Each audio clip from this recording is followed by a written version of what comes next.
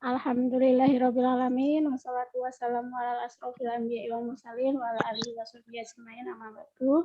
Yang terhormat Dekan Fakultas Syariah Dr. Ani Ismayawati SHM yang sama-sama kami hormati juga Bapak Wakil Dekan 1 Bapak Abdul Haris Naim SAG MH, Ibu Wakil Dekan 2 Ibu Mufatihatul Taubah MPD, Bapak Ketua Program Studi Hukum Keluarga Islam Bapak Fuad Taryadi LCMA, Ibu Kaprodi Hukum Ekonomi Syariah Ibu Dr. Lina Kusidayati MA, serta kawan-kawan peserta, kawan-kawan dosen yang sudah bergabung dalam kegiatan siang hari ini dalam acara konsorsium jilid 2 tahun 2002 dengan tema dan judul menakar konsep cashback dalam hukum Islam yang akan dinarasumberi oleh dosen dari IAIN Salatiga dan praktisi yang juga sebagai praktisi bank syariah, dan juga tidak lupa juga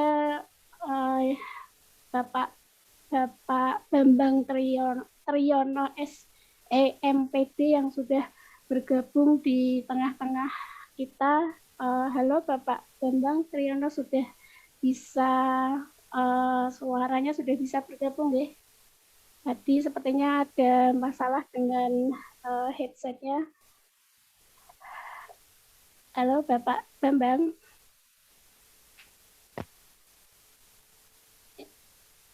Ya. Oke. Dan selamat datang juga kepada peserta konsorsium yang baru saja bergabung dengan kami di acara konsorsium jilid 2 tahun 2022.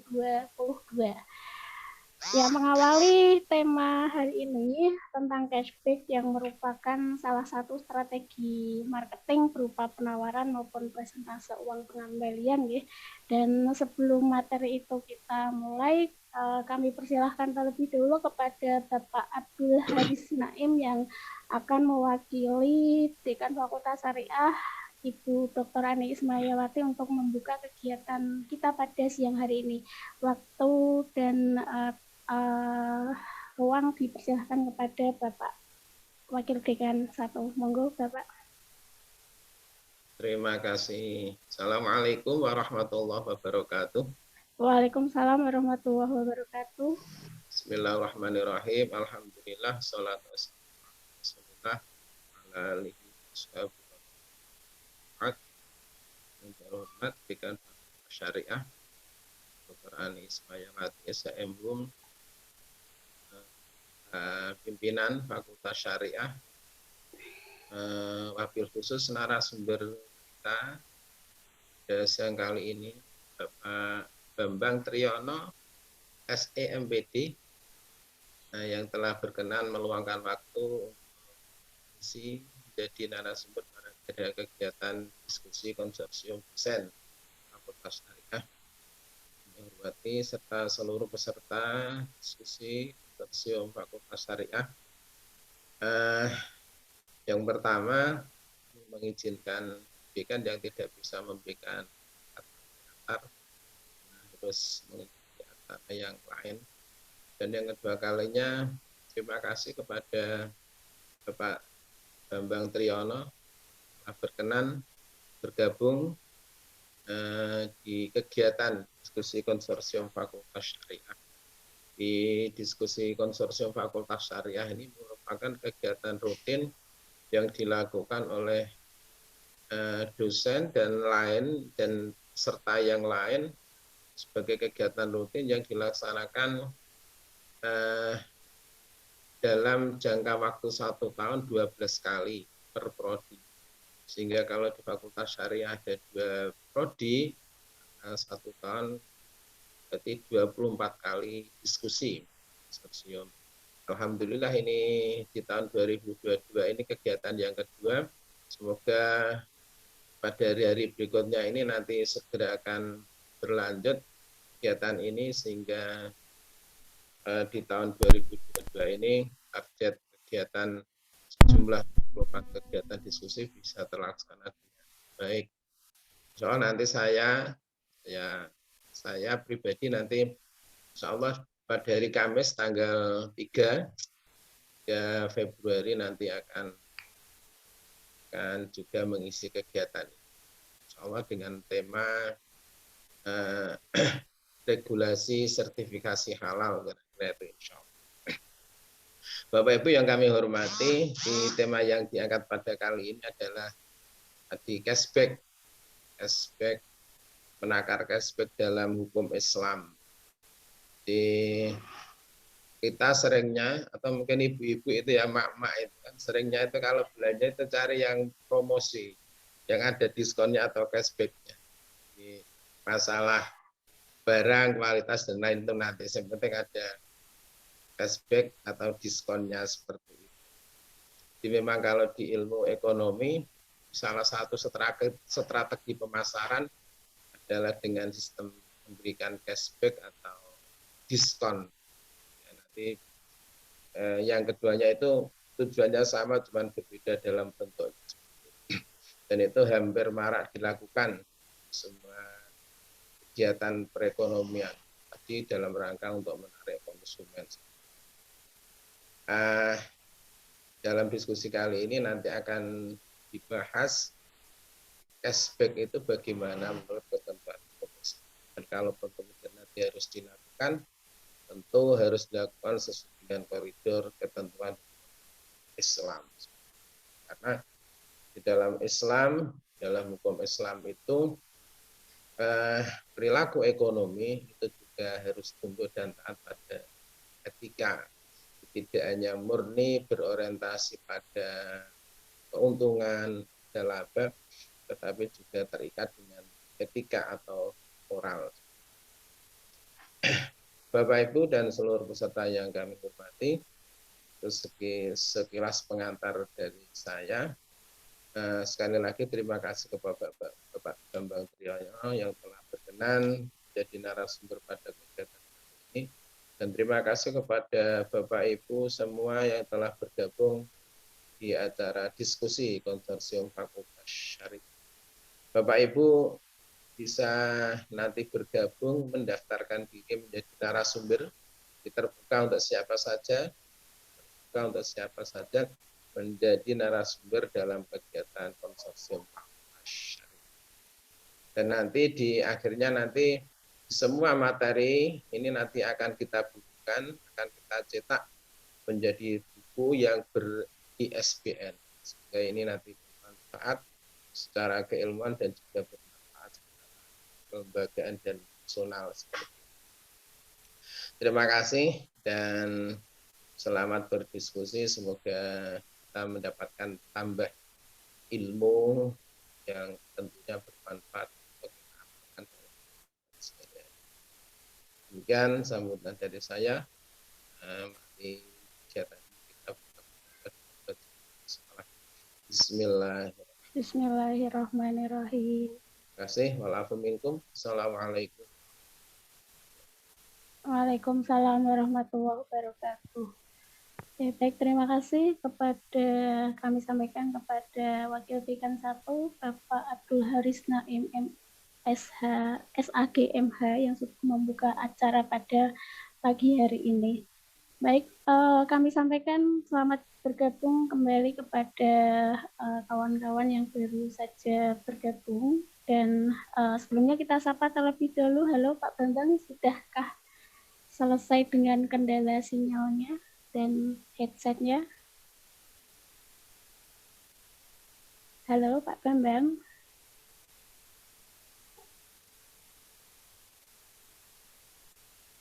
Halo Pak Bambang, bisa dengar suara saya ya? Ya, sembari menunggu Pak Bambang untuk menyelesaikan kendala teknisnya, terlebih dulu kami perkenalkan narasumber kita pada siang hari ini, Bambang Triyono SEMPD. Beliau adalah dosen di IAIN Salatiga dan juga seorang praktisi di Bank Rakyat Indonesia. Pak Bambang ini juga sebelumnya juga mengajar di IAIN Tulung Agung dan insya Allah nanti akan bergabung juga mengajar di PGRI Jombang. Jadi jam terbang mengajarnya cukup tinggi sekali. Selain mengajar, ilmu ekonominya ternyata juga teraplikasikan di dunia praktek, yakni di Bank Rakyat Indonesia atau bank yang memang banyak sekali masyarakat kita menggunakan layanan jasa yang ditawarkan oleh BRI ya sebagai bank yang dipakai oleh hampir mayoritas masyarakat kita. Jadi bisa dikatakan bahwa narasumber kita cukup mumpuni, cukup eligible dalam menyampaikan materi pada siang hari ini. Baik, tentang cashback dalam menakar konsep cashback dalam hukum Islam ya, bahwa di dunia marketing itu ternyata banyak sekali cara-cara yang digunakan atau strategi yang digunakan dalam memasarkan atau menerapkan teknik marketing untuk menarik konsumen. Dan bisa kita contohkan dengan menurunkan harga jual. Itu merupakan salah satu cara yang digunakan untuk menarik minat konsumen supaya lebih banyak lagi menggunakan jasanya. Nah, istilah pemasaran yang sering sekali digunakan dalam berbagai strategi pemasaran itu biasa juga dikenal dengan diskon ataupun cashback. Nah, pada dasarnya ternyata dua cara ini adalah sama yang sama-sama juga mengurangi harga jual dan perbedaannya itu ada di mana kalau misal sama kenapa kemudian penamaannya dibedakan. Jadi diskon yang merupakan suatu potongan harga jual untuk konsumen gitu. Diskon ini biasanya diberikan sebelum pembayaran terjadi ya. Kalau di Indomaret atau di Alfamart atau di retail-retail yang sekarang masih viral-viral banget bagi ibu-ibu adalah potongan harga untuk pembelian minyak 1 liter senilai 14.000. Artinya karena itu belum terjadi pembayaran, maka itulah yang kemudian disebut dengan diskon. Itu. Nah, sedangkan cashback itu adalah potongan harga jual konsumen yang pemberlakuannya ternyata dilakukan di belakang atau setelah terjadi pembayaran. Biasanya dalam bentuk sejumlah nominal rupiah. Nah, maksud dari pemberlakuan di belakang ini adalah setelah pembeli melakukan pembayaran tunai untuk pembelian kredit dan terkadang disertai syarat dan ketentuan. Misalnya nih ada seseorang beli sebuah motor dengan harga Rp20.000, kemudian diberikan cashback senilai Rp1.000, artinya setelah pembelian maka pembeli membayar uang muka dan motor diterima, baru kemudian pembeli akan memperoleh kembalian Rp1.000, atau bisa saja pengembalian uang atau cashback dilakukan saat pembayaran angsuran pertama jika itu dilakukan secara berangsur begitu. Begitu ya kira-kira tentang cashback dan kawan-kawannya. Kalau saya membuka cashback dan diskonnya, halo Pak Bambang, sudah bisa bergabung suaranya?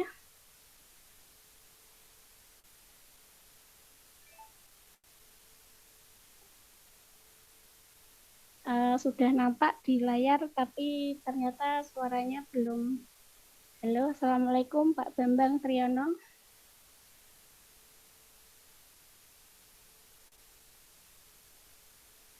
Iya.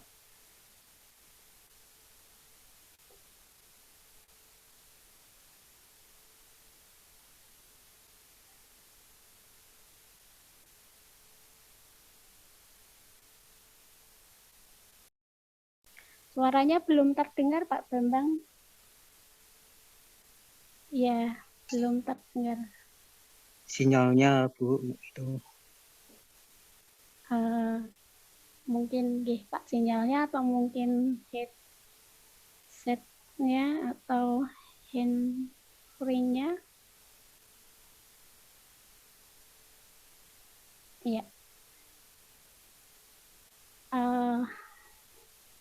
Sembari menunggu Pak Bambang untuk menyelesaikan kendala teknis, sedikit kita lanjutkan lagi nggih tentang cashback. Pak Bambang ini sebenarnya juga sudah mengirimkan materi kepada kami tentang menakar konsep cashback dalam hukum Islam. Jadi kita kirimkan ke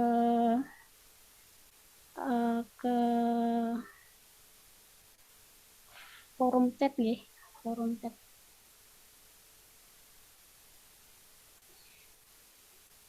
Ya. Oke. Nah, cashback sendiri ternyata memiliki perbedaan pendapat di kalangan para ulama ya. Nanti tentu akan diberikan pemahaman dan kajian yang lebih dalam lagi mengenai bagaimana cashback di Islam atau di hukum Islam. Cashback sebagaimana yang sudah disampaikan sebelumnya adalah memberikan potongan harga kepada konsumen setelah terjadi pembayaran. Bisa ketika pembayaran dilakukan secara kredit, ya bisa jadi diberikan ketika angsuran pertama. Oke, Pak Muhaimin sepertinya angkat tangan, monggo. Pak Haji Muhaimin.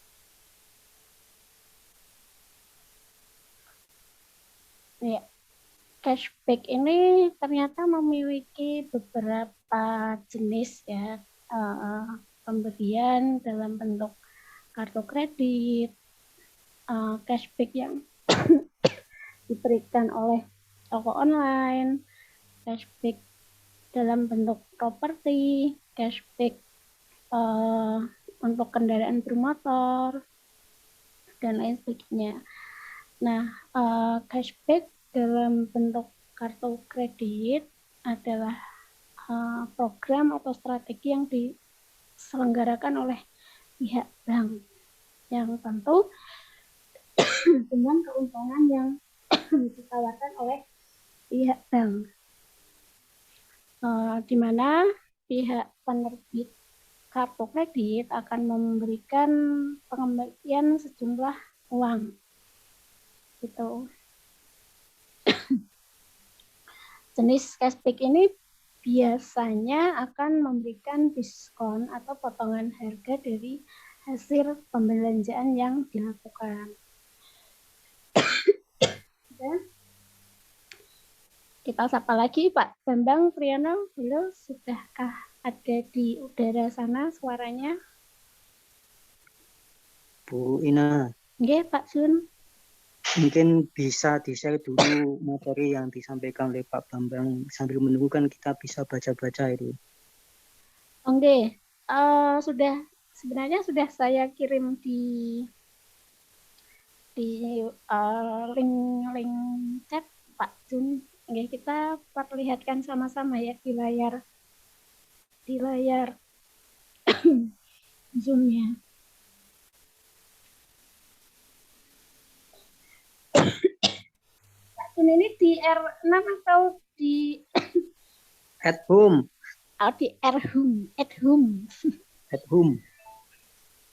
Pak Jun, kira-kira kapan nih ready gantian jadi narasumbernya?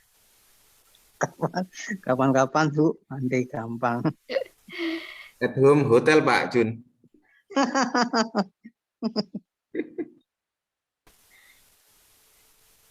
Edhum Hotel. Pak Latif di R7 atau di Hum juga? Jalan-jalan. Jalan-jalan. Oke, kita share.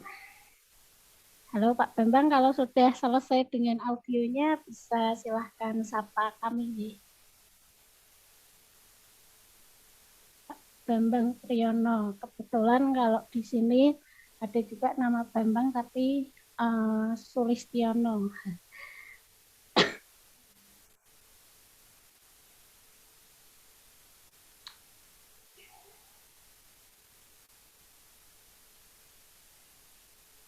Ya. Sampun nggih, Pak. Sudah kelihatan nggih, Pak Jun nggih? Siap. Ya. Pak Bambang Triyono, Pak Bambang Triyono, monggo kalau sudah bisa bergabung suaranya. Menakar cashback dalam hukum Islam.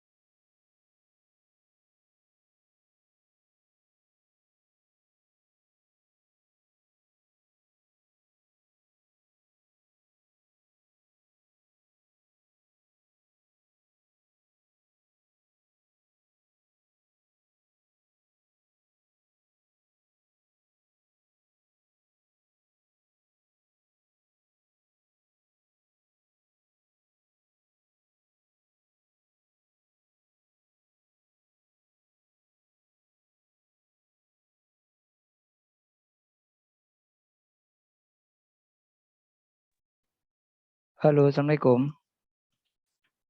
Halo, Assalamualaikum Pak Bambang. Alhamdulillah sudah bisa masuk suaranya. Monggo Pak Bambang untuk dimulai materi siang hari ini tentang menakar cashback dalam hukum Islam. Ya.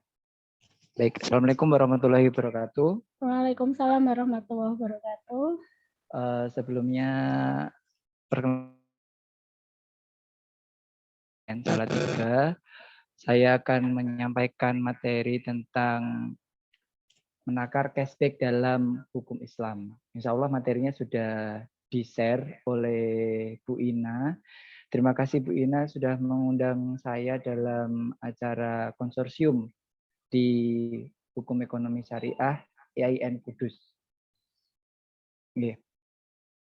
Materinya langsung saja saya mulai karena tadi ada gangguan teknis.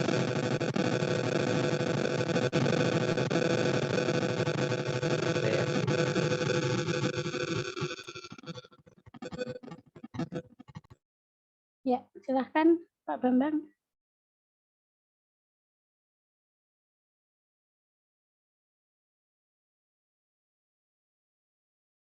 Mohon maaf, speakernya sepertinya masih termute.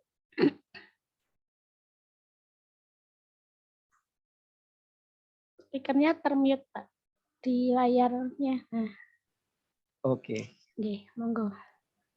sudah. Sampun, Pak, jelas. Oke, lanjut di slide berikutnya, Bu. Oke, siap Pak Bambang. Nah, jadi di dalam muamalah itu transaksi dalam Islam itu transaksi itu sebenarnya berasal dari bahasa Inggris atau bahasa asing. Nah, di dalam bahasa Arab ataupun di dalam agama Islam, transaksi itu biasa disebut dengan muamalah. Kemudian transaksi merupakan kata lain dari muamalah. Padahal di dalam transaksi itu ada jual.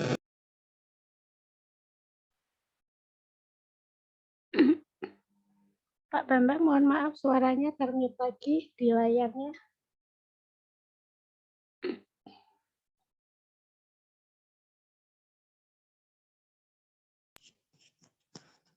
Nah, jadi kalau di dalam transaksi itu kan ada pembayaran, ada jual beli. Kebanyakan biasanya di masyarakat umum itu adalah jual beli. Nah, baik itu membeli barang maupun membeli jasa. Nah, sesuai dengan firman Allah di dalam surat Al-Maidah ayat pertama, yaitu ayyuhalladzina amanu wa aufu bil uqudi. Wahai orang yang beriman, penuhilah akad-akad kamu. Dan juga sabda Nabi, sabda Rasulullah SAW dalam hadis riwayat Muslim, yaitu Rasulullah SAW melarang umat manusia untuk terlibat dalam transaksi yang mengandung unsur gharar yang diharamkan. Rasulullah SAW bersabda yang artinya Rasulullah SAW melarang bai'al has dan juga bai'al gharar. Nah, di sini cashback itu bagaimana? Apakah masuk dalam kategori riba atau kategori gharar? Nah, seperti itu. Jadi kita menelaah cashback itu dalam perspektif Islam ini. Nah, padahal kita bisa mengetahui bahwa sekarang di era digital ini semuanya menggunakan uang digital. Jadi terlebih dalam kondisi pandemi seperti ini, itu malah dianjurkan untuk menggunakan uang digital, meminimalisir penggunaan uang kertas dan juga uang logam, atau di dalam ekonomi biasanya disebut uang kartal. Nah, karena untuk meminimalisir penyebaran virus. Nah, di sini dengan adanya uang digital atau finansial teknologi berupa satu, misalnya ada ShopeePay, ada Dana, ada OVO, ada GoPay. Terus kalau misalnya ada dari bank BUMN itu KRIS atau barcode dari bank BUMN itu sendiri, terus menggunakan ATM. Nah, bagaimana kalau misalnya kita menggunakan OVO, Dana, ShopeePay, GoPay dalam kegiatan transaksi jual beli seperti itu. Apakah itu termasuk gharar? Apakah itu termasuk riba? Nah, di sini yang akan kita bahas hari ini. Lanjut.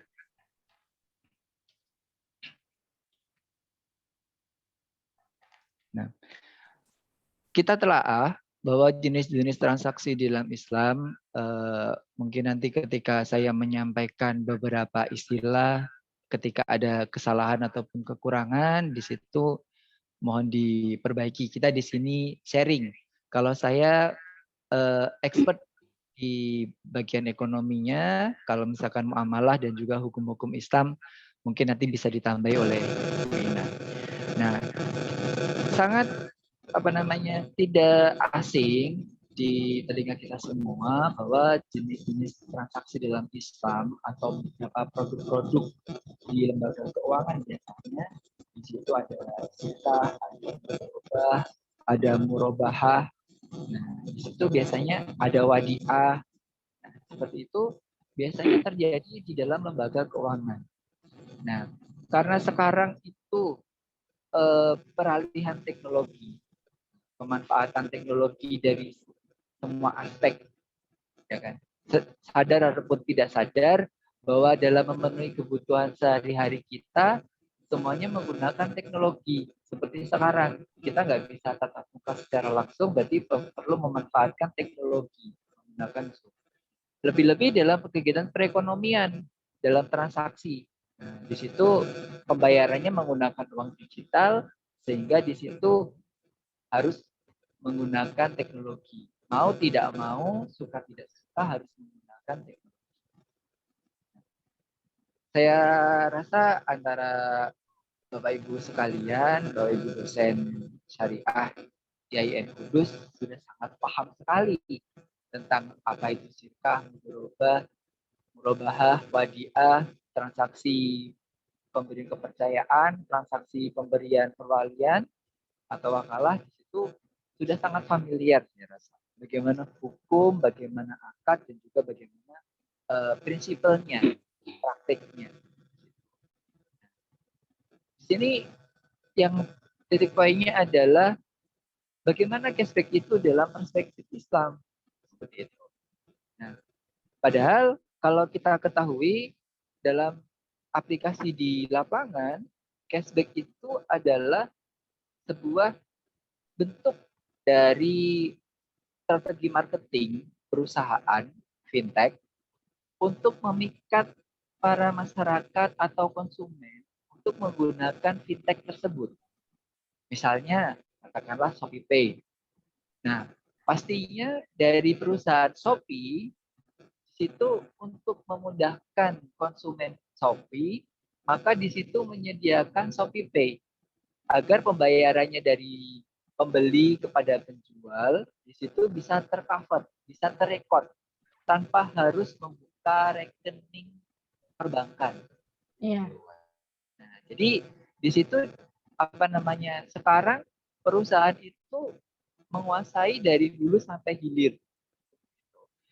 Selain Shopee ataupun Dana ataupun GoPay, Bapak Ibu biasanya kalau perjalanan jarak jauh menggunakan kereta api, pasti di situ dituntut untuk mendownload link.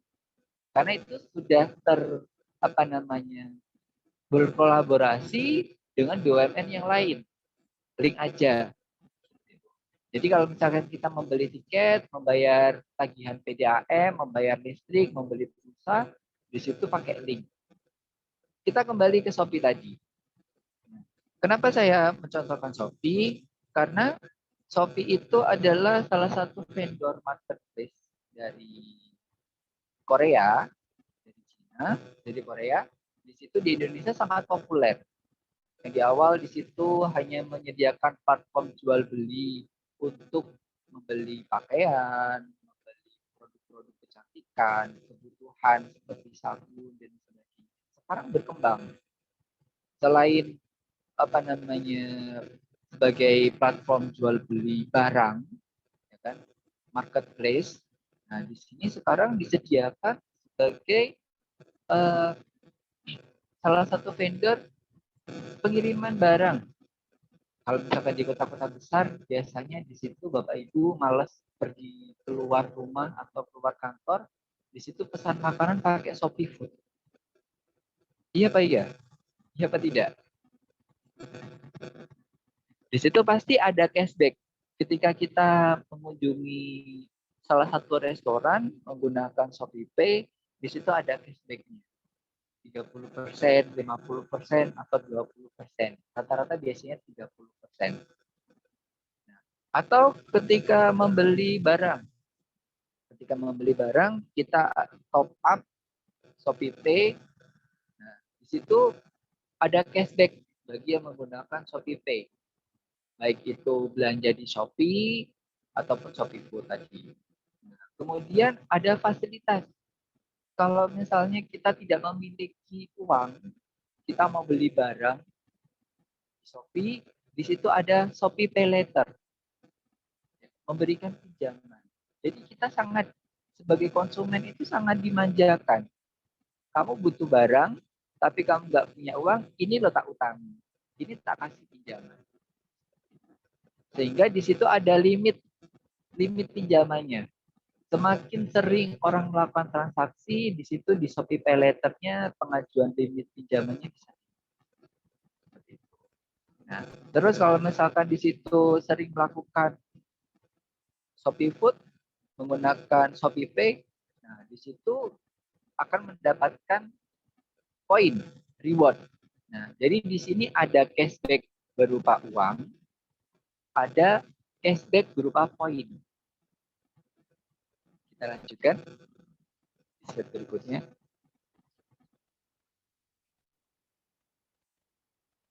Nah,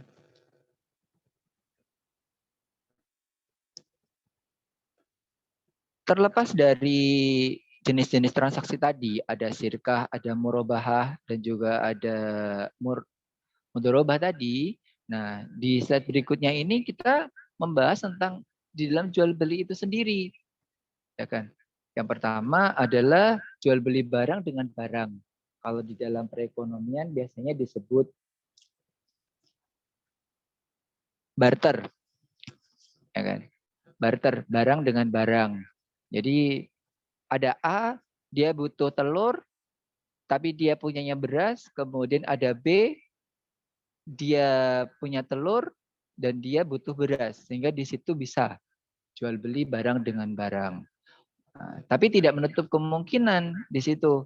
Kalau misalkan A tadi butuh telur, tapi dia punya beras, dan juga si B di sini dia punya apa namanya telur, tapi dia itu butuhnya beras seperti itu, tapi dia itu memiliki kain, itu bisa saja ditukarkan barang dengan barang. Kemudian jual beli tunai dengan tunai, seperti emas dengan perak. Nah, dinar dan dirham sebagai alat tukar. Nah, ini sekarang pergeserannya. Nah, kalau misalkan zaman Rasulullah dulu, yaitu alat tukarnya adalah dinar dan dirham, emas dan perak. Nah, kemudian sekarang di Indonesia, di situ setelah munculnya peraturan perundang-undangan tentang alat tukar, yaitu uang, kartal, berupa logam dan kertas, maka alat tukar yang dipergunakan untuk transaksi itu adalah uang kertas dan juga uang logam tersebut. Pecahan dari Rp100, 200, 500, 1000, kemudian pecahan uang kertas dari 1000, 2000 sampai dengan 100.000. Nah, di sini untuk memfasilitasi daripada membawa uang 2 juta, 5 juta di dalam dompet, di situ dompetnya jadinya tebal, maka di situ ada perkembangan teknologi, ada ATM. Ya kan? Jadi ketika kita belanja, di situ tinggal menggesek. Nah, sekarang beralih lagi dari ATM berkembang menjadi finansial teknologi, yaitu menggunakan teknologi smartphone, yaitu uang kita dalam HP. Makanya disimpan di ShopeePay, Dana, GoPay, ataupun di mobile banking. Nah, kalau memiliki buku tabung, rekening, memiliki nomor rekening di sebuah bank, di situ disarankan untuk mendownload mobile banking supaya transaksi-transaksi baik itu transfer, pembelian, dan aktivitas-aktivitas yang lain di situ bisa menggunakan mobile banking. Yang berikutnya adalah jual beli dengan penyerahan barang di belakang, seperti pembelian gandum yang masih di ladangnya. Nah, kalau itu secara konvensional, kalau sekarang secara modern yaitu COD. Ya kan, kalau misalkan kita beli barang di sebuah marketplace tadi di Shopee, Tokopedia, nah kita sudah ngeklik suatu barang yang dibutuhkan, kemudian bayarnya ketika barang itu datang. Nah, seperti itu. Jadi ketika kita sudah masukkan keranjang belanjaan, kemudian barang itu baru dikirim dan kita baru membayarkannya. Ini diperbolehkan. Terus mutlak, ya ini jual beli bebas barang dengan uang. Jadi uang bisa ditukar dengan apapun. Dengan uang di situ bisa membelanjakan barang dan jasa apapun. Baik itu kebutuhan pokok, kebutuhan sekunder, atau kebutuhan tersier. Seperti itu. Baik itu dengan finansial teknologi tadi. Nah, biasanya kalau zaman-zaman dahulu di situ perusahaan-perusahaan di situ menerapkan diskon. Jadi kalau dulu ataupun sekarang biasanya kalau belanja di Matahari di situ ada diskon, ada promo, beli 1 gratis 1, terus beli 2 gratis 1, terus ada potongan harga berapa persen seperti itu. Nah, sekarang di vendor-vendor fintech, di vendor-vendor uang digital di situ menggunakan cashback. Nah, lanjut.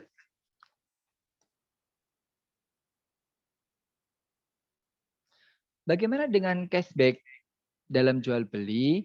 Nah, seperti yang saya sebutkan tadi, cashback itu merupakan promo berupa pengembalian sejumlah uang untuk konsumen yang melakukan transaksi tertentu, yaitu pembelian, maka di situ diberikan cashback.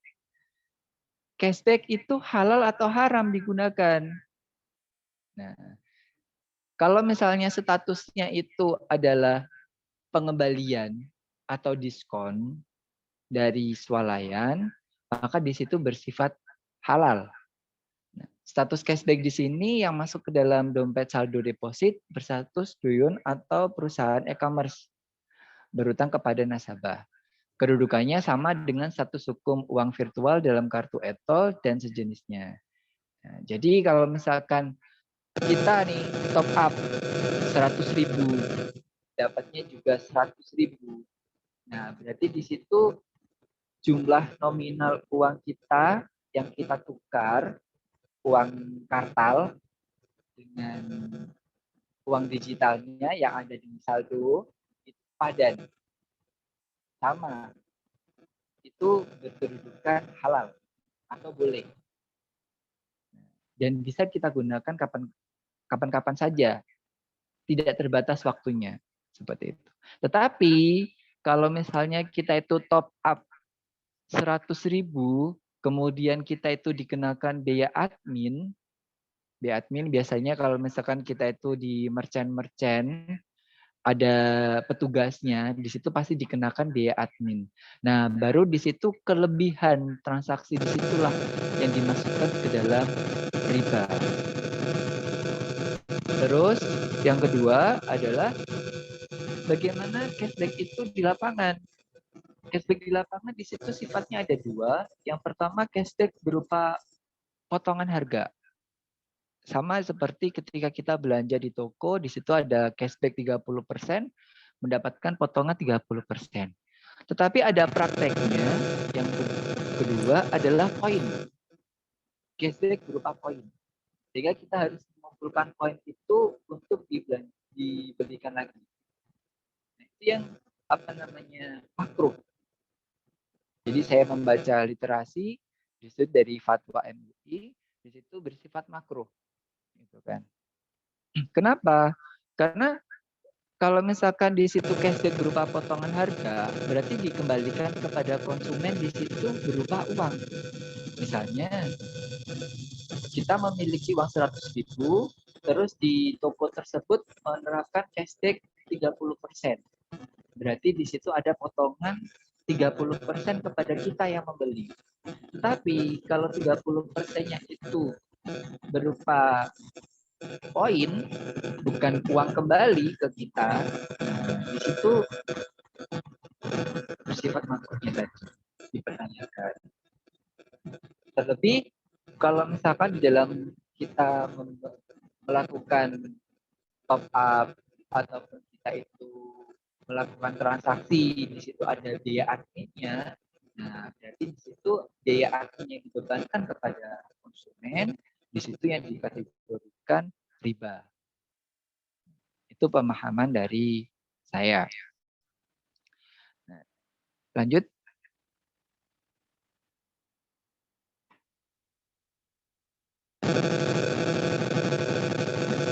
Bagaimana cashback itu haram dan masuk dalam kategori riba? Nah, cashback ini penjelasannya secara detail. Cashback diperkenankan jika dana yang ditetapkan pengguna dompet digital. Jadi ketika kita itu menggunakan aplikasi fintech, kita top up 100.000, maka kita akan mendapatkan 100.000. Nah, berarti di situ tidak ada riba. Boleh, halal. Kemudian, kalau misalnya kita itu top up 100.000 dan uang yang ada di saldo kita itu digunakan vendor untuk kegiatan lain, baik itu untuk investasi ataupun untuk perputaran cash flow di perusahaan vendor tersebut, itu yang tidak diperbolehkan. Kenapa?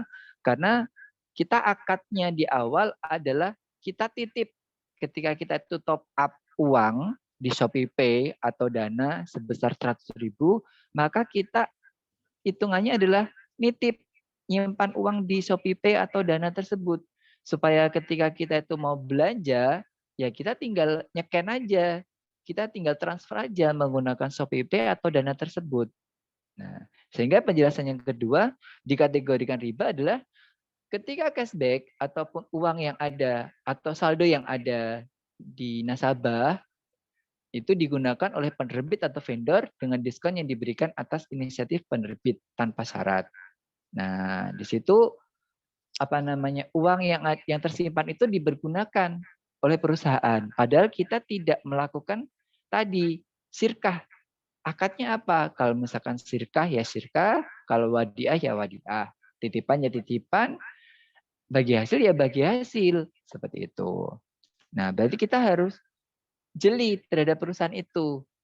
Uang yang kita titipkan itu diputer lagi sama perusahaan atau tidak. Nah, kita nggak mengetahui sejauh ini.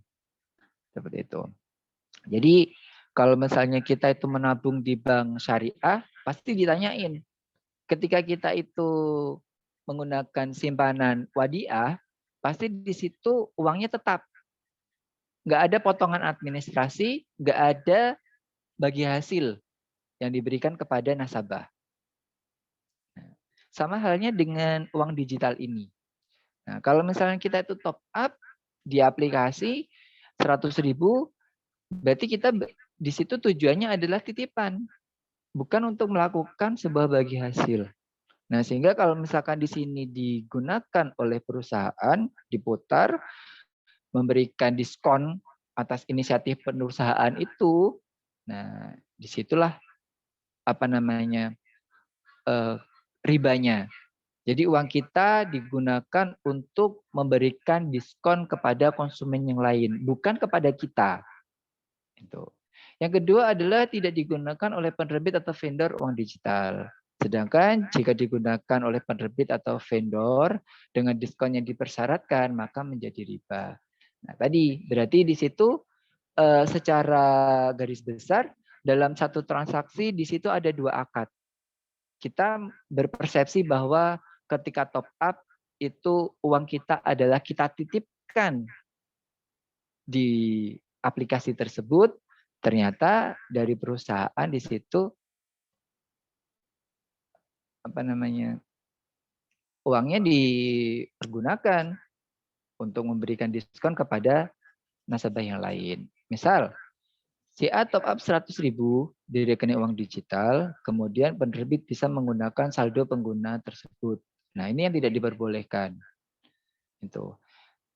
Jadi penerbit ataupun vendor di situ harusnya hanya menggunakan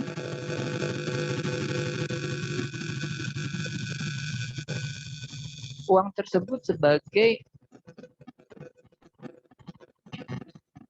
digunakan sebagai titipan penyedia jasa saja, kan dipergunakan untuk memberikan program yang lainnya. Karena kita sebagai nasabah di situ melakukan top up, berarti kita menitipkan di aplikasi tersebut. Kemudian jika si A ini membeli barang dari toko C seharga 100.000 dengan diskon 30% menggunakan uang digital sebagai alat pembayaran, sementara penerbit membayar kepada merchant dengan harga penuh. Nah, jadi di situ tertulis cashback 30%. Nah, itu diberikan kepada kita sehingga untuk menarik konsumen, marketing dari vendor itu adalah memberikan promo tadi.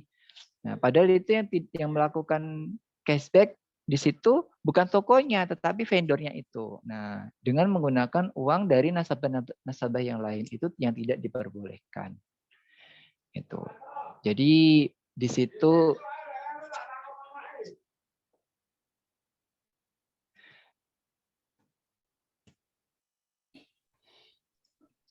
di situ apa namanya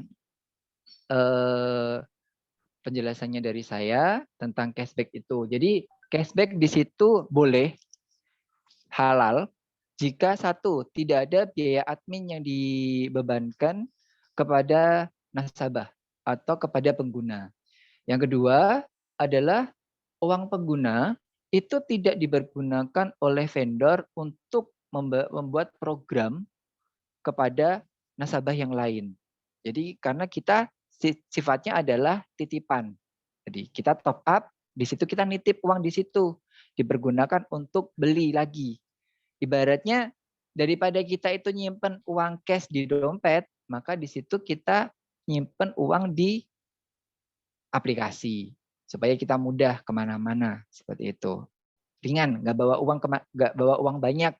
Nah, seperti itu. Jadi itu sebenarnya cashback itu halal ketika praktiknya seperti itu. Nah, yang ketiga adalah ketika cashback itu diberikan kepada konsumen, di situ dalam bentuk uang lagi. Itu sama dengan diskon, potongan harga. Tapi kalau misalkan dalam bentuk poin dan kita harus membelanjakannya lagi, nah itu yang tidak diperbolehkan. Itu penjelasan cashback dalam perspektif Islam. Nah, tadi ada unsur ribanya, ada unsur penipuannya, ada unsur gorornya. Itu gorornya di mana? Jadi konsumen itu dituntut untuk selalu belanja-belanja untuk mengumpulkan poin supaya poinnya itu bisa dibelanjakan lagi. Seperti itu. Jadi padahal kita tujuannya adalah uang itu kita simpan supaya kita bisa pergunakan ketika kita belanja, ketika kita itu melakukan transaksi jual beli. Seperti itu. Saya rasa itu, kalau ada yang mau bertanya, saya persilahkan. Oke, baik, terima kasih. Menarik sekali pemaparan dari narasumber kita pada siang hari ini tentang cashback dalam hukum Islam yang tadi sedikit bisa saya sampaikan ulang bahwa cashback bisa diperbolehkan dan apa saja syaratnya adalah salah satunya diantaranya tidak boleh ada biaya administrasi, kemudian yang kedua adalah uang pengguna tidak boleh digunakan untuk pengguna yang lain, dan cashback yang diberikan itu harus dalam bentuk uang dan diperbelanjakan dalam waktu yang berlainan. Kira-kira seperti itu. Ya. Tentang cashback sendiri juga bisa jadi mengandung unsur riba dan horor. Tadi sepertinya ada partisipan yang mengangkat tangan dari Bapak Junaidi Abdullah, dosen senior kita di Fakultas Syariah IAIN Kudus. Pak Junedi Abdullah, Resin mungkin mau bertanya atau menyampaikan pendapat lain, silahkan Pak Junedi. Oke Bu, sebenarnya tadi kepencet itu. Tapi nggak apa-apa lah. Tapi nggak apa-apa lah. Ini sekedar sharing saja ya. Betul Pak. Oke, terima kasih kepada Ibu Moderator, Bu Ina, dan narasumber Pak Bambang ya. Menarik sekali ketika kita membicarakan tentang cashback dalam hukum Islam, karena memang faktanya ini banyak sekali para perusahaan itu menawarkan cashback, misalnya sepeda motor ada cashbacknya, belinya ada cashbacknya, dan tadi Pak Bambang sudah menjelaskan bahwa dalam hukum Islam itu cashback bisa halal bisa haram ya. Salah satunya yang bisa menyebabkan haram itu jika ada uang administrasi. Yang saya tanyakan ini Pak, ini kan kebanyakan kadang-kala kan ketika perusahaan itu menawarkan cashback, kemudian ternyata cashback tersebut itu harus ada syarat atau ketentuan dari perusahaan untuk dibelikan pada produk yang lain, dan justru produk yang lain itu lebih mahal, sehingga ketika kita mau mencairkan cashback itu harus dibelikan pada produk lain, dan kita harus menambah uang itu. Nah, ini menurut Pak Bambang bagaimana? Apakah itu masih halal atau haram? Kemudian yang kalau dalam segi perspektif hukum perlindungan konsumen sih, kalau saya mengacu pada Undang-Undang Nomor 8 tentang perlindungan konsumen, itu jelas-jelas merugikan konsumen, dan itu tidak diperbolehkan dalam undang-undang. Kemudian yang kedua Pak, pertanyaan saya, banyak praktek di dunia perbankan, kebetulan Pak Bambang kan praktisi di bidang perbankan. Saya ingin bertanya itu Pak, seringkali nasabah itu ditawari jika kamu bisa melunasi hutangnya secepatnya, maka akan mendapatkan cashback lah, katakanlah gitu. Nah, menurut Pak Bambang bagaimana? Terima kasih Pak Bambang. Cukup itu dua saja. Oke. Terima kasih. Iya. Baik, terima kasih Pak Junedi Abdullah yang sudah memberikan pertanyaan mengenai cashback ya. Tentunya yang pertama mengenai cashback bersyarat, yang kemudian dilanjutkan dengan pertanyaan ketika di dunia perbankan sendiri memberikan penawaran cashback untuk membeli sesuatu nanti dengan harga tertentu seperti itu. Kira-kira monggo Pak Bambang Triyono mau ditanggapi sekalian. Baik, terima kasih. Sangat bagus sekali apa yang kita di sini sharing ya. Yang pertama tadi cashback di situ. Nah, kalau misalkan di dalam bank konvensional, jadi kalau misalkan di lembaga keuangan, kita sekarang ada konvensional, ada syariah. Nah, kalau misalkan di bank konvensional memang seperti itu, supaya menarik orang untuk melakukan pinjaman lagi, maka di situ kita memberikan potongan berapa kali angsuran. Biasanya ditawarkan seperti itu. Nah, kalau di dalam syariah, sesuai dengan fatwa MUI tahun 2017 nggak salah, yaitu tentang akad di dalam syariah itu sendiri, yaitu akad wadiah, terus akad qard, nah di situ akad syirkah. Nah, di situ sudah jelas kalau misalkan di dalam lembaga keuangan syariah di situ sangat tidak diperbolehkan adanya cashback itu. Jadi kalau misalkan akadnya wadiah, ya dia uang tersebut dititipkan. Ketika syirkah, di situ juga jelas syirkah bagi hasil, berapa persentase bagi hasilnya dari lembaga keuangan kepada nasabahnya berapa, dari peminjam kepada yang dipinjamnya itu berapa, seperti itu. dan kod di situ sudah sangat jelas juga itu akad kod di sini. Maka di situ uang utangan atau pemegang kartu uang utang tersebut jelas di situ. Piutangnya berapa, jumlah pokoknya. Nah, di situ dikembalikannya harus sesuai dengan jumlah pokoknya itu.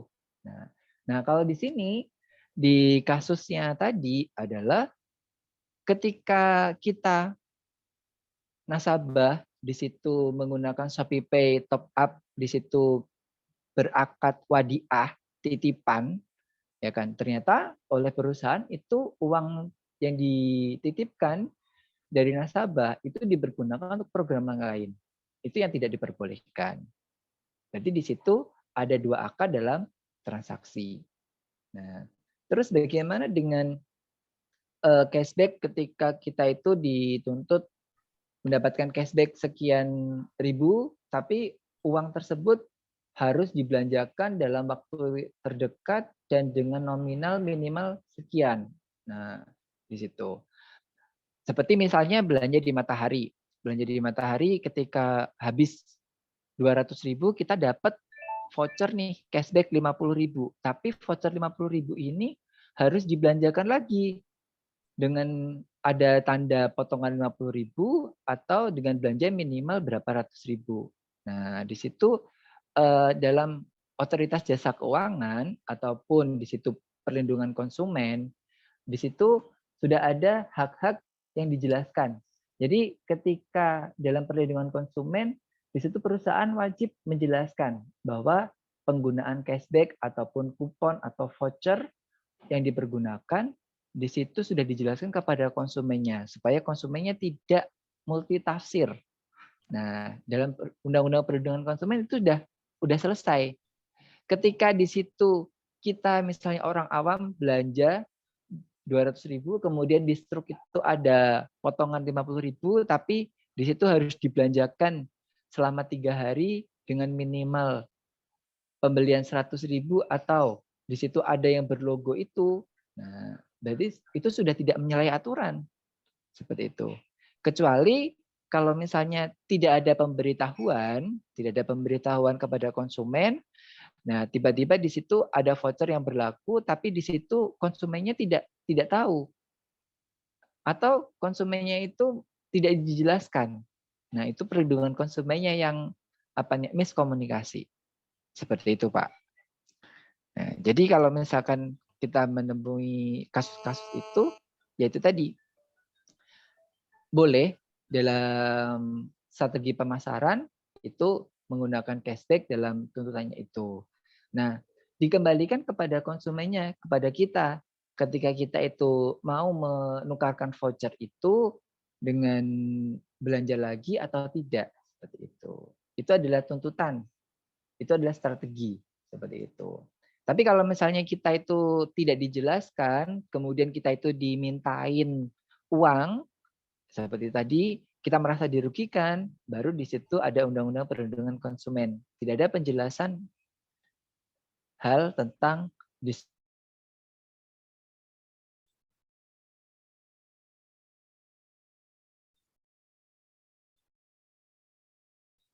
Ya. Begitu, halo? Terputus, Bu. Ya. Mohon maaf Pak Bambang, terputus suaranya. Suaranya terputus. Iya. Yeah.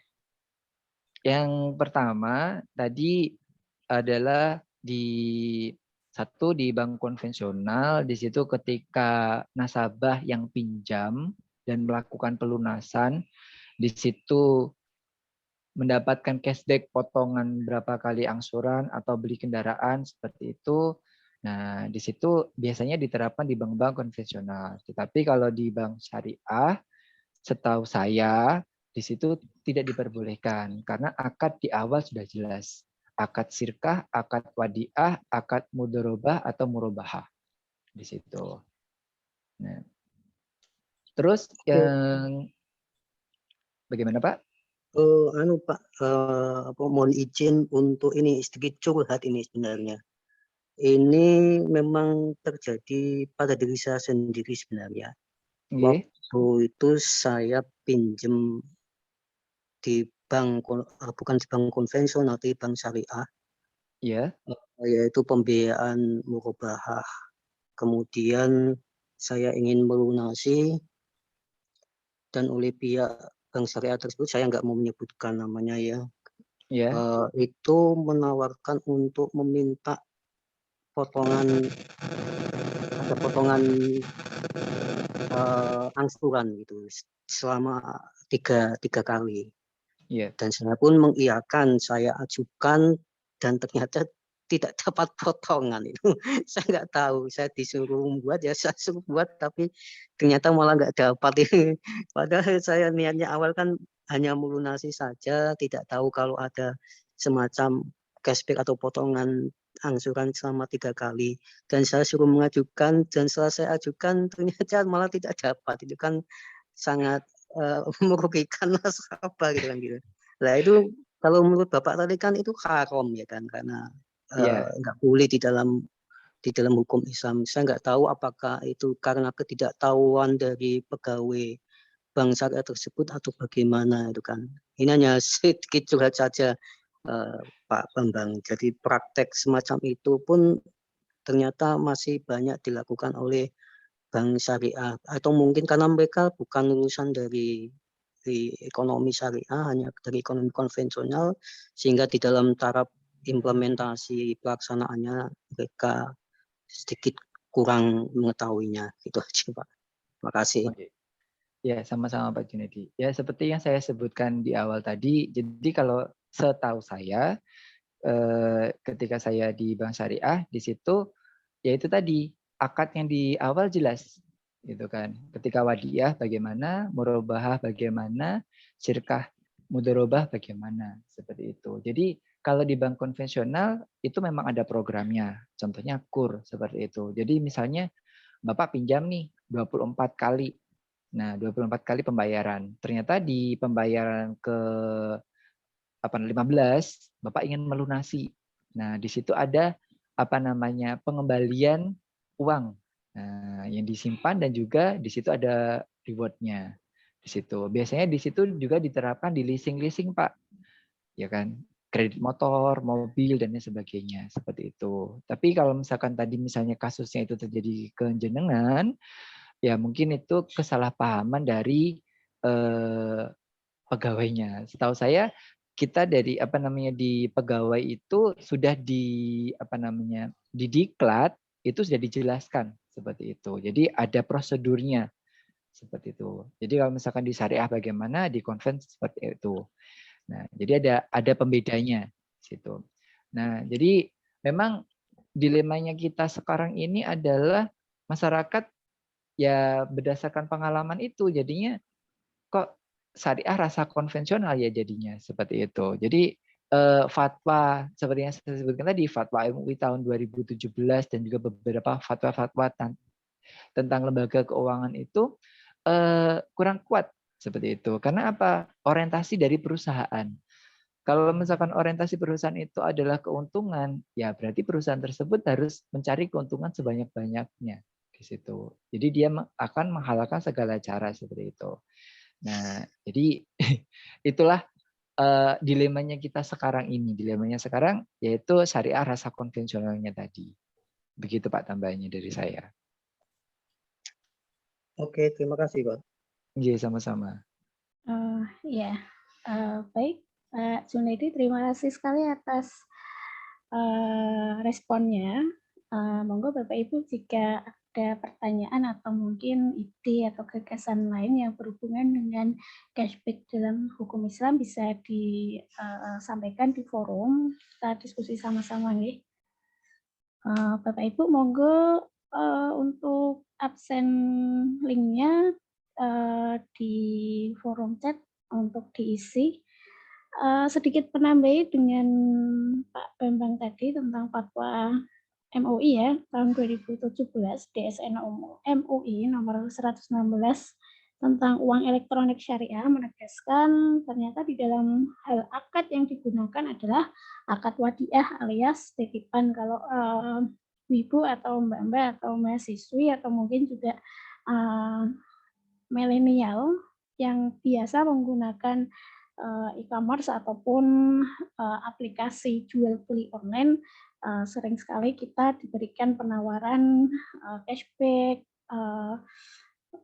koin, Shopee Coin dan lain sebagainya. Nah itu berdasarkan Fatwa DSN MUI 2017 yang tadi juga sudah disampaikan oleh Bapak Bambang, merupakan bagian dari akad wadiah atau sebagai bentuk titipan yang dapat diambil atau digunakan oleh pemegang kapan saja, semau pemegang kapan saja. Maka dari itu oleh penerbit tidak boleh digunakan kecuali atas izin pemegang ataupun uang elektronik. Jadi pengalaman sekali nih Pak Bambang kalau biasa menggunakan ketika saya menggunakan Shopee dan ketika saya melakukan pembayaran menggunakan ShopeePay, banyak sekali tawaran-tawaran atau promo-promo yang ditawarkan dengan pembayaran dengan ShopeePay dibandingkan ketika membayar dengan cash. Salah satunya adalah free ongkir dan didapatkannya cashback setelah terjadi pembayaran dan ada sejumlah nominal yang akan kembali ke dompet digital kita. Dan di dompet digital kita itu pun bisa kita pakai untuk pembelian di lain waktu dengan jenis barang yang berbeda. Jadi sangat relate sekali dengan kehidupan sehari-hari pada tema pada siang hari ini. Dan kemudian kembali lagi pada Fatwa DSN MUI 2017 bulan 9, dalam hal akad yang digunakan adalah akad court, maka penerbit dapat saja menggunakan uang utang dari pemegang kartu sesuai dengan cara yang halal dan legal. Penerbit wajib mengembalikan jumlah pokok piutang pemegang uang elektronik kapan saja sesuai dengan kesepakatan kalau ini hubungannya dengan utang piutang ya. Seperti itu.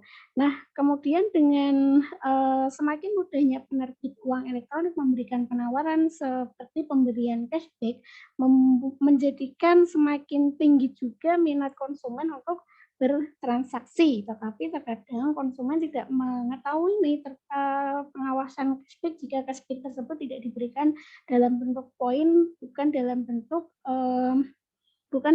saldo uang elektronik. Nah, ini yang terkadang untuk para beliau-beliau yang di usianya di atas rata-rata karena mungkin mau simpel saja wes lah bayar bawang pakai uang kertas ataupun uang dalam amplop lebih ringkas dan lain sebagainya. Kalaupun pakai e-commerce terkadang juga tidak begitu memperhatikan ada uang elektronik yang dia itu bentuknya koin ataupun semacamnya gitu. Jadi apa yang disampaikan oleh narasumber kita pada siang hari ini dengan tema menakar cashback dalam hukum Islam ini ya sebenarnya sangat relate dengan kehidupan keseharian kita, sangat relate dengan kemajuan teknologi yang memang kita sebagai akademisi tidak boleh mengabaikan dan mengikuti perkembangan zaman seperti itu ya. Monggo silahkan Bapak Ibu barangkali ada yang mau disampaikan lagi ataupun punya gagasan atau ide yang bisa kita sama-sama diskusikan terkait dengan cashback yang mungkin saja masalah yang serupa ataupun semacam yang disampaikan oleh Pak Junaidi tadi kita diskusikan sama-sama karena juga kebetulan narasumber kita siang hari ini adalah seorang praktisi dari bank yang ya pastilah secara tidak langsung akan memiliki pengetahuan yang lebih secara real di lapangan seperti apa sih yang terjadi dan apa sih penyebabnya kira-kira kalau misalnya itu terjadi gitu nih. Gitu Pak Bambang masih di BRI ya? Sekarang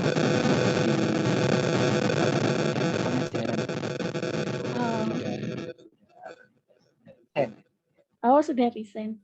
Udah siap ke Jombang ya Pak Bambang ya? Sudah. Jam terbang mengajarnya sangat tinggi sekali ini Pak Bambang. Masih menerima jam ngajar di IAIN Salatiga ya Pak? Hah? Masih menerima jam ngajar di IAIN? Waduh, kelihatannya tidak bisa karena di lembaga yang baru ini harusnya tough. Oh ya biasa anak baru di ospek dulu. Iya, Pak Bambang ini dulu kawan main saya ketika di IAIN Salatiga. Jadi ya kalau di sini pakailah bahasa yang baik dan benar. Nanti kalau sudah di luar forum ya kita ceplik-ceplikan lagi ya Pak Bambang ya. Teman karena sudah cukup lama juga berteman dengan beliau, jadi ya alhamdulillah bisa kita mintai secara mudah untuk bisa menjadi bagian dari pembawa materi di proses atau di di konsorsium kita yang insya Allah akan berjilid-jilid gitu Pak Bambang. Jadi yang sudah kita sampaikan sebelumnya bahwa konsorsium kita ini ya paling tidak setiap prodi ada 12 pemateri yang bisa jadi adalah narasumber dari dalam, bisa juga narasumber dari luar. Kalau sebelumnya nih Pak Bambang di jilid 1, ini jilid 2, jilid 1 itu pembicaranya dari IAIN Pekalongan. Seperti itu. Kalau di minggu yang akan datang, selain Pak Wakil Dekan 1 yang tadi sempat menyampaikan pembuka, insya Allah juga akan berkolaborasi dengan dosen dari UIN Wali Songo. Ya, barangkali nanti akan ada rekan-rekan lain yang bisa bergabung menjadi bagian dari pembicara konsorsium kami. Sangat dipersilahkan sekali. Nanti juga di akhir tahun akan dibuat semacam buku rampai yang merupakan gabungan tulisan dari para pemateri di sepanjang tahun 2002 ini untuk mengisi tulisan atau kumpulan artikel dalam bentuk bunga rampai seperti itu. Seperti itu kira-kira. Ini ada pertanyaan di forum chat dari Ibu Dr. Lina Kusidayati yang kebetulan adalah Ketua Program Studi Hukum Ekonomi Syariah di Fakultas Syariah yang insya Allah akan melakukan perayaan selebrasi puncak pendidikan tertingginya di minggu yang akan datang ya Bu Lina. Jadi pertanyaannya begini Pak Bambang, kemana konsumen harus mengadu jika ada ketidakpuasan terkait transaksi uang digital? Bagaimana masa depan uang digital di Indonesia? Nah, seperti itu kira-kira Pak Bambang sebagai akademisi yang juga praktisi di bidang keuangan, saya kira sudah punya banyak sekali gambaran kayaknya nih potensi atau enggak, kayaknya enggak begitu potensi untuk dikembangkan. Nah, itu saya kira akan punya sudut pandang tersendiri dari sisi praktisi maupun sebagai akademisi juga. Monggo Pak Bambang ditanggapi. Terima kasih Bu atas pertanyaannya, yaitu kemana konsumen harus mengadu jika ada ketidakpuasan terkait transaksi uang digital. Sangat sekali, di mana di situ ketika konsumen di situ merasa tidak puas terhadap layanan keuangan digital, nah, di situ pasti ada diajukan kepada layanan konsumen dari perusahaan itu sendiri. Pertama, kalau misalkan dari perusahaan itu sendiri tidak ada feedback, nah, di situ apakah perusahaan tersebut itu terdaftar di OJK, Otoritas Jasa Keuangan. Kalau misalkan perusahaan itu terdaftar di perusahaan di OJK, maka kita bisa mengajukan di OJK. Terus kalau misalkan lembaga keuangan digital itu diawasi oleh LPS, biasanya bank, di situ kita juga mengacu ke sana. Jadi ada lembaga dari Indonesia, di situ lembaga yang mengawasi uang digital itu sendiri. Pertama dari OJK, terus yang kedua dari LPS, kalau misalkan itu yang dikeluarkan oleh lembaga keuangan perbankan. Kenapa kok LPS? Karena di situ ada lembaga penjamin simpanan. Nah, kalau misalkan Bapak Ibu di situ menggunakan uang digitalnya melalui platform bank BUMN swasta, itu uang simpanan kita aman nggak di situ? Karena sekarang banyak sekali kasus-kasus yang terakhir itu adalah di BRI. Nah, di BRI ada salah satu nasabah di situ beberapa tahun, berapa puluh tahun yang lalu di situ mendapatkan transferan sangat banyak sekali, sangat tinggi sekali, kurang lebih beberapa ratus miliar.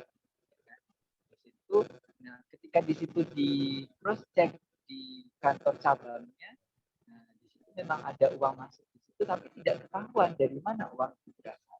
Kemudian baru sekarang digugat karena itu adalah salah transaksinya. Itu sekarang banyak sekali terjadi di Indonesia. Terus ada kasus selebgram nasabah Maybank. Nah, ketika dia itu menggunakan e-sport atau olahraga digital, kemudian dia mendapatkan reward, disimpan di Maybank, ternyata uangnya hilang. Atau saldo yang di ShopeePay, di Dana, di OVO yang tiba-tiba hangus. Nah, bagaimana kita mengadunya? Ya, kita mengadu kepada satu layanan konsumen perusahaan. Kalau misalkan tidak direspon atau tidak ditanggapi, apakah vendor tersebut terdaftar di OJK? Kalau misalkan terdaftar di OJK, ya kita lapor ke OJK. Kalau misalkan belum terdaftar di OJK, apakah kita juga bisa tetap lapor di OJK? Tetap bisa. Makanya sekarang OJK sedang menggeliat, menyisir baik itu pinjol yang ilegal ataupun platform-platform digital yang ilegal juga. Contohnya apa? Kripto atau itu Bitcoin gitu. Sekarang lagi atau yang lagi viral akhir-akhir ini adalah NFC. Terus bagaimana ke depannya? Mau tidak mau, suka tidak suka, ke depannya itu adalah fintech itu atau uang digital itu bakal tetap diterapkan sesuai dengan kebijakan dari BI 5-10 tahun yang akan datang. Finansial teknologi di dunia keuangan itu akan tetap diterapkan. Secara tidak sadar pasti ibu di ATM itu ada kartu GPN. Dimana di kartu GPN itu sekarang disebarkan di beberapa berbagai merchant. Di situ ada barcode GPN Bank BUMN. Itu mau tidak mau kita kedepannya akan menggunakan uang digital untuk meminimalisir uang kartal beredar. Bagaimana? Sudah jelas apa yang saya sampaikan? Atau ada feedback lagi? Ya. Ya, baik. Terima kasih Pak Bambang sudah memberikan tanggapan tentang pertanyaan. Kira-kira kalau ada persoalan atas ketidakpuasan konsumen terkait dengan transaksi uang digital itu seperti apa dan kira-kira bagaimana masa depan uang digital di Indonesia. Ya, jadi kalau kita lihat di kota-kota metropolitan, contoh saja di Jakarta, bahkan di angkutan umum saja bentuk pembayarannya sudah menggunakan uang digital ya. Kalau beberapa kali bertukar cerita dengan kawan-kawan yang ada di sana bahwa ada beberapa angkutan umum, contoh saja kalau di Kudus yang angkutan warna hijau itu yang ada tanda tertentunya itu sudah pembayarannya sudah menggunakan uang digital. Untuk kawan-kawan milenial di sana pun juga lebih senang menggunakan uang digital ketika dibandingkan dengan uang cash dan semacamnya. Seperti itu. Jadi sebagaimana yang disampaikan oleh Pak Bambang pada siang hari ini, siang menjelang sore hari ini, bahwa uang digital itu ya bisa dikatakan uang yang cukup potensi berkembang di masa yang akan datang. Seperti itu. Itu dengan berbagai tantangan dan peluangnya, kita sebagai akademisi pun juga tidak boleh abai dengan perkembangan zaman. Seperti itu ya. Pak Bambang, monggo barangkali ada yang ingin menyampaikan ide gagasan atau barangkali pertanyaan tentang tema pada siang hari ini, siang menjelang sore, tentang cashback ya, tentang cashback itu sendiri. Kalau ini Pak Bambang ada pertanyaan titipan yang disampaikan ke saya secara pribadi tentang cashback. Cashback ketika melihat real di lapangan itu kan banyak sekali yang mulai menggunakan dan itu banyak sekali digunakan juga di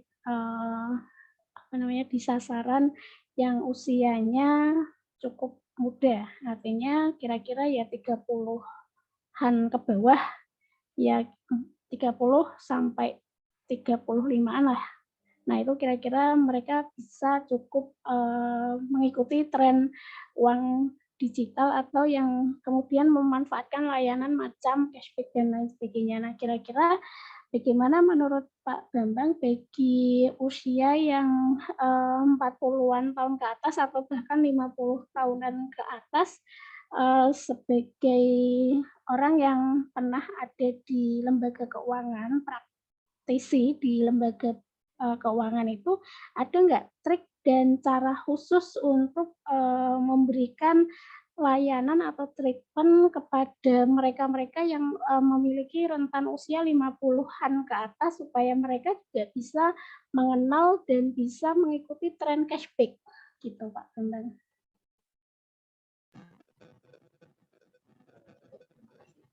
Bagaimana untuk usia di atas?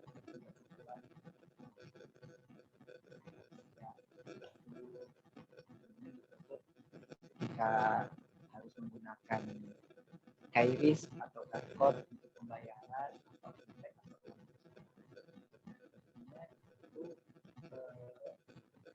tidak saya keuangan gitu ya. Dulu 5 tahun yang lalu di situ kita sudah sosialisasi. Jadi kalau misalnya kita ada KRIS, kita menggunakan kartu kredit untuk sebagai berita untuk mengucapkan. Nah, jadi itu bisa di top up setiap ATM selama tahun 1 ya. Dari situ bisa digunakan sebagai e-tol, e-money, terus sebagai pembayaran KRL atau Solo, Jogja, KRL, itu naik tol. Nah, sosialisasi itu sudah dilakukan 5 tahun yang lalu. Disosialisasikan ke seluruh elemen masyarakat. Bagaimana kita menyadarkan kepada masyarakat itu tantangannya adalah masyarakat itu tertarik apa enggak. Jadi kalau misalkan kita menyasar di situ di pusat-pusat perbelanjaan, bukan pasar tradisional, tapi di mall. Kenapa? Karena kalau misalkan kebanyakan kalau misalkan di pasar di pusat perbelanjaan seperti mall, swalayan, otomatis di situ ada merchant ATM. Nah, beda lagi kalau misalnya di pasar tradisional, karena ya masyarakat umum di situ masih nyaman menggunakan uang kartal, lebih gampang nyusuin daripada kita bawa kemana-mana, bawa apa namanya akrilik ada barcode-nya atau menggunakan mesin gesek ATM. Nah, sosialisasi itu sudah diberikan. Nah, kalau misalnya di situ masih ada kendala ketika sosialisasi di masyarakat, itu masih akan sangat membantu ketika Bapak Ibu usia tahun ke atas datang ke fenomena yang sekarang ini adalah Bapak Ibu usia lanjut membuat mobil banking. Itu biasanya disosialisasikan nah, ke depan itu mengurangi penggunaan ATM di masing-masing apa namanya gerai ya. Jadi ATM itu sebelumnya hanya menggunakan penarikan tunai, kemudian dikembangkan bisa setor tunai dan kartu tunai, bisa top up. Nah sekarang di apa namanya tahun ini tahun 2021 pandemi tahun kedua itu disosialisasikan terhadap tadi mobile banking. Padahal sebenarnya produknya udah lama, tapi disosialisasikan untuk bagaimana mengenalkan uang digital itu kepada masyarakat di usia ini. Karena ya generasi milenial saja yang paham terhadap uang digital. Usia lanjut terhadap teknologi itu biasanya setiap orang beda-beda. Ada yang suka atau ada yang tertantang ingin belajar, ada yang malas belajar ngapain. Nanti di dompet ada uang 1 juta, 100 ribuan 10 seperti itu. Jadi tapi kalau di keuangan itu ada CS-nya.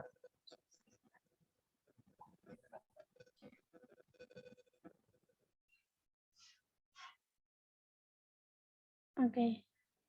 Ya, baik, terima kasih Pak Bambang. Jadi memang sosialisasi sudah dilakukan selama 5 tahun belakang ini ya. Ya memang setiap orang memiliki cara sendiri-sendiri untuk menyukai sesuatu.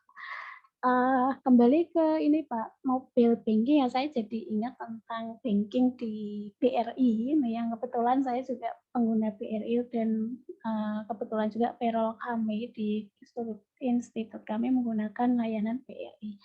Dan ternyata tidak terjadi juga di BRI, di Mandiri pun juga mengalami hal yang sama, nggak tahu ini merupakan problem atau tantangan untuk kami ini bahwa aplikasi mobil pun juga harus menyesuaikan update tidaknya smartphone, ya nggak?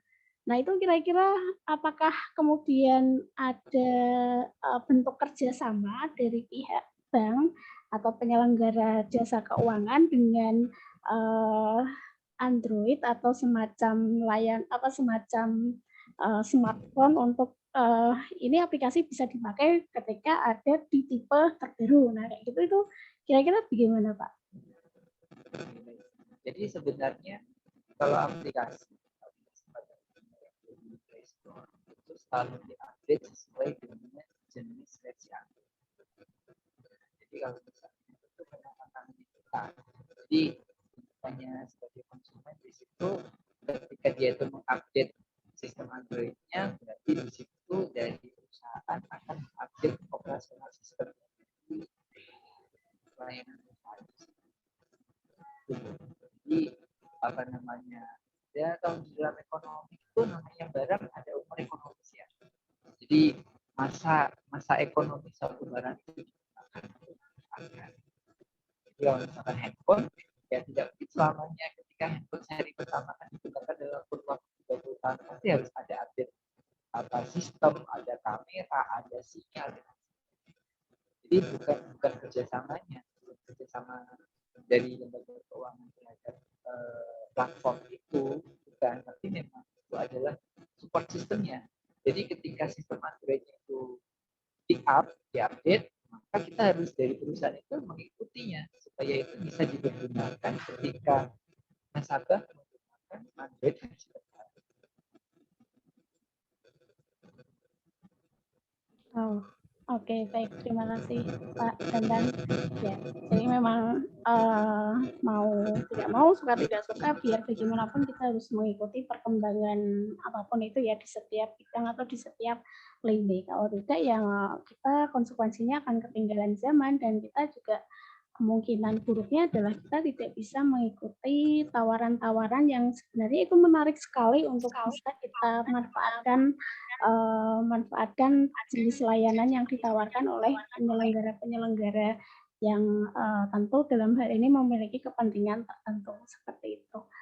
Itu kira-kira Pak Bambang, terima kasih sekali sudah bergabung di konsorsium kami dan jangan kapok ya Pak ya untuk bisa bekerja sama dengan kami. Nanti ketika Pak Bambang sudah standby tetap di Jombang juga bisa kita lakukan bentuk kerjasama yang lain ya, entah secara antar lembaga ataupun antar lainnya seperti itu. Baik, Pak Bambang, sebelum kita akhiri, boleh sekiranya memberikan closing statement terlebih dahulu tentang menakar konsep cashback dalam hukum Islam. Ya. Untuk dari saya yaitu bagaimana kita mencikapi cashback ataupun fintech ataupun uang digital di era sekarang ini adalah bagaimana kita sebagai umat muslim kita harus berhati-hati dalam bertransaksi bermuamalah. Jadi kita harus mengetahui apakah halal haram itu sesuai dengan datanya atau prosesnya atau hasilnya. Jadi kita sebagai pakar pendidik atau kita memiliki ilmu di bidang itu, berarti kita harus lebih berhati-hati di dalam itu saja dari saya. Saya mohon maaf. Assalamualaikum. Ya, Waalaikumsalam warahmatullahi wabarakatuh. Menarik sekali tema pada siang menjelang sore hari ini, bahwa memang kita biar bagaimanapun selain juga harus mengikuti bagaimana perkembangan zaman di dunia teknologi ataupun jenis layanan lainnya, juga saya sepakat sekali dengan yang disampaikan oleh narasumber kita pada hari ini. Apapun yang ditawarkan dari pihak manapun, entah dalam bentuk cashback, diskon atau semacamnya, kita juga jangan lupa dan menerapkan bagaimana nilai-nilai kehati-hatian yang harus tidak boleh diabaikan, ya. Tentu manusia di dunia tidak mau mengalami hal-hal yang bernilai rugi, entah dalam bentuk materi atau imateri seperti itu. Tetapi juga kita tidak boleh bagaimana mengabaikan apa yang dilarang di dalam Islam tentang bagaimana keuntungan sebesar apapun kalau melalui jalur riba ataupun horor itu juga tidak akan berkah dan manfaat. Seperti itu. Terima kasih Bapak Ibu semua. Terima kasih juga untuk narasumber kita Bapak Bambang Triyono SEMPD yang sudah berkenan meluangkan waktu dan berkenan juga menjadi narasumber kita pada hari ini, narasumber konsorsium. Semoga nanti untuk untuk konsorsium di pertemuan berikutnya bisa berjalan lebih lancar lagi, bisa berjalan lebih baik lagi. Saya di sini Ina Fauzi sebagai moderator pada siang hari ini. Mohon maaf apabila ada kesalahan kata ataupun tutur kata ataupun teknis yang barangkali kurang berkenan di Bapak Ibu semuanya. Kami sampaikan juga terima kasih kepada peserta konsorsium pada hari ini yang juga sudah meluangkan waktunya, bisa sama-sama diskusi, sama-sama belajar tentang hal-hal yang memang harus kita lakukan sebagai akademisi, ya, karena memang pengetahuan tidak boleh berhenti sampai di waktu yang memang harus menghentikan hidup kita. Dan belajar, kalau kata guru-guru ngaji kita, adalah sampai mati pun masih diwajibkan untuk terus belajar walaupun sampai ke negeri Cina, sekalipun ini masih masa pandemi, tidak menyurutkan kita untuk bisa melibatkan dosen-dosen dari luar, dari Salatiga ataupun dari kota-kota lainnya. Ini Pak Bambang di Solo atau di Salatiga itu? Saya di rumah. Di rumah Salatiga atau di rumah Solo? Di Tulungagung. Oh, di Tulungagung, ya. Ya, asalnya Tulungagung, kuliahnya di Solo, kerjanya di Salatiga, bentar lagi di Jombang, istrinya dari Tulungagung juga, ya Pak, ya? Ya. Ya, terima kasih sekali Pak Bambang. Kami sampaikan semoga senantiasa diberikan kesehatan untuk Pak Bambang dan keluarga, diberikan kelancaran dan kemudahan di urusan-urusannya, dan semoga senantiasa diberikan perlindungan oleh Allah SWT. Ya. Demikian yang bisa saya sampaikan. Terima kasih sekali Bapak Ibu atas perhatiannya. Saya mewakili penyelenggara acara. Mohon maaf apabila ada kendala yang mungkin kurang berkenan. Cukup sekian dan wassalamualaikum warahmatullahi wabarakatuh. Mohon izin saya close gitu Bapak Ibu.